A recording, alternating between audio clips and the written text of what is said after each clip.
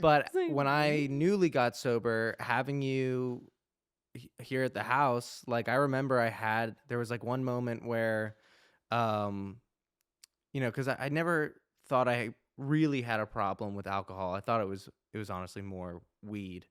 But I poured Megan a glass of wine one day, and I had a hard day, and I was just like looking at that glass of wine, and I was like, ooh, like I don't know why I want to drink this right now.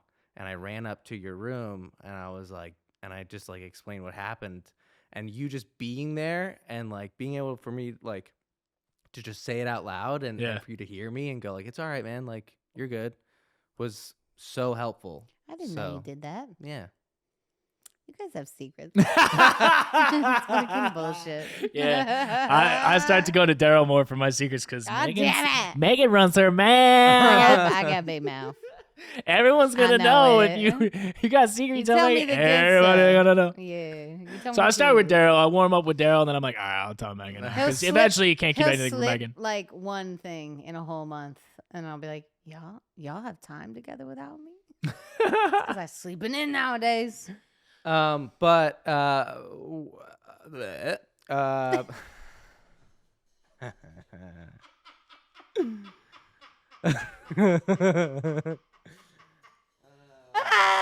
Yeah, I love you so much. I love you too. All right, for those listening, Daryl just froze in time. Go to YouTube, watch the clip. We're definitely clipping it, going on TikTok. Okay, Daryl, what do you got for us now? All right. So, besides sobriety, Ryan helped me with sobriety, and Megan helped me with depression. Period. I recently went on antidepressants a couple months ago, and they are amazing. Do you notice a difference now that you're a month in? Over a month. I'm over a month in, and I do notice a difference. But what I want to say really quick is that depression is like, from what the psychiatrist said, an ecosystem. So for me, antidepressants, I was like, oh, I don't need that. I meditate a lot. I use cold therapy. I take cold showers. I do Wim Hof breath work. Like that's my form of antidepressants.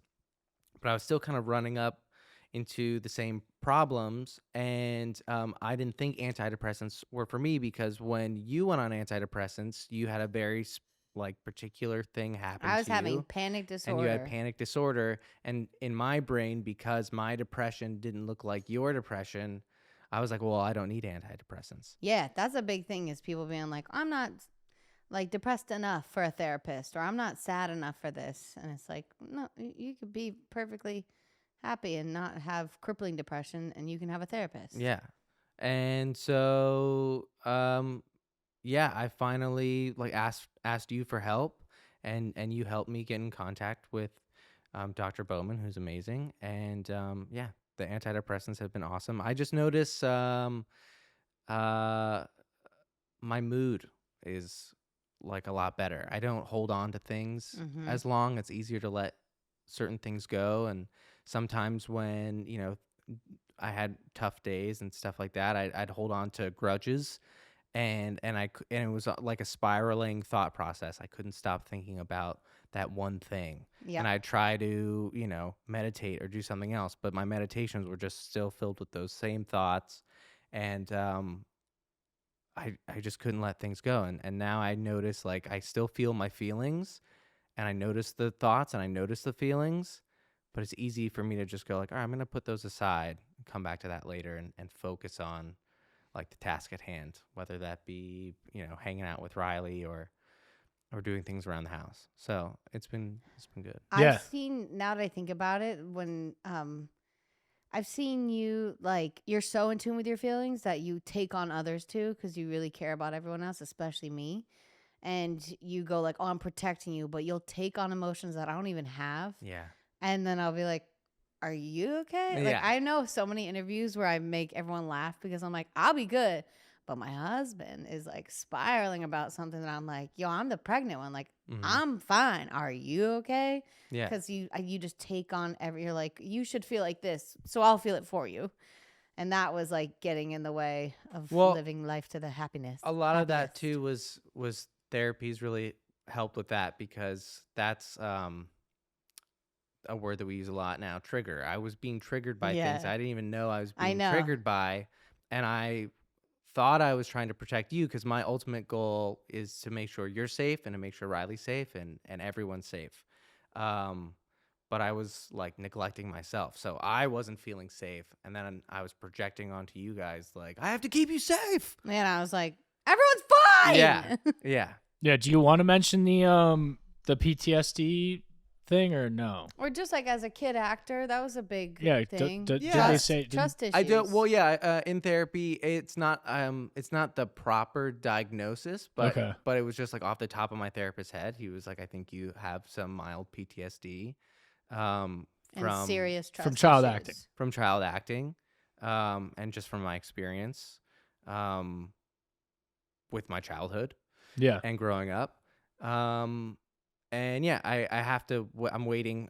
I still have to do more therapy with my new therapist to get the proper like diagnosis, but that was just like him spitballing. Yeah. So But I was like, yeah, that makes sense. The trust issues is crazy because as soon as we meet someone, even if they're an angel, he's like, I don't know about this one. That's but that's just a from living reality. in Los Angeles Yeah. your whole life. You know? And the reality of our situation is we gotta be. I love that. We have to be careful. And I'm who- opposite where I'm GT and I'm like, Yeah, stranger, come on in. Yeah. What can I get you? We learn a lot from each other. Yeah, I gotta do that I'm very less. quick to be like, I see right through. There's a snake, and I then trust. you guys are like, they were fine. And then after a little bit of time, Then I'm like, why does this suck? After like 10 I told fuck ups, you. I'm like, nah. You're Yeah. right there. Yeah, I don't have like a 3 strikes rule. I have like a 7. Yeah, so yeah, I need yeah, to like reel that in. And I'm learning. and I have like a 0.5 strike rule Yeah. where if they just like seem like they're about to fuck up, I'm like, I'm good. Yeah. So I need to give people more of a chance. But I like your approach to everything, Daryl, because you try. I like that you did everything. You did everything. You did could. everything possible. You know, eat healthy, work out, cold plunge, sauna, meditate, this, Wim Hof, that, this, that, and then you're like, all right, let's give these things let's give them a shot. Let's try a couple medications. I was scared because there's I mean, and this needs to be talked about more. There's a stigma with antidepressants that you know, like that means like that you're depressed, and there's such a stigma with depression on like what that looks like.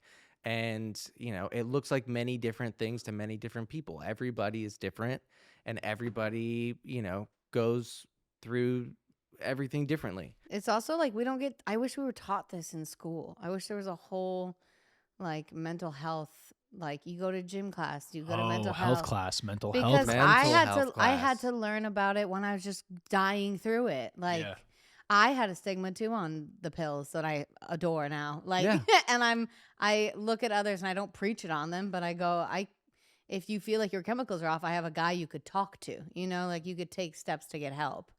Well, and we're so like open books that it's so funny. Even yesterday at my birthday, I was talking to some people and I mentioned that I went on antidepressants, and they're like, I've known them for a couple years now, and they're like, oh, I've been on this for years. Yeah. I'm like, why am I just finding you okay? What just happened? You didn't hear that? I heard it. I inhaled, but my throat was closing on me. I don't know, but yeah.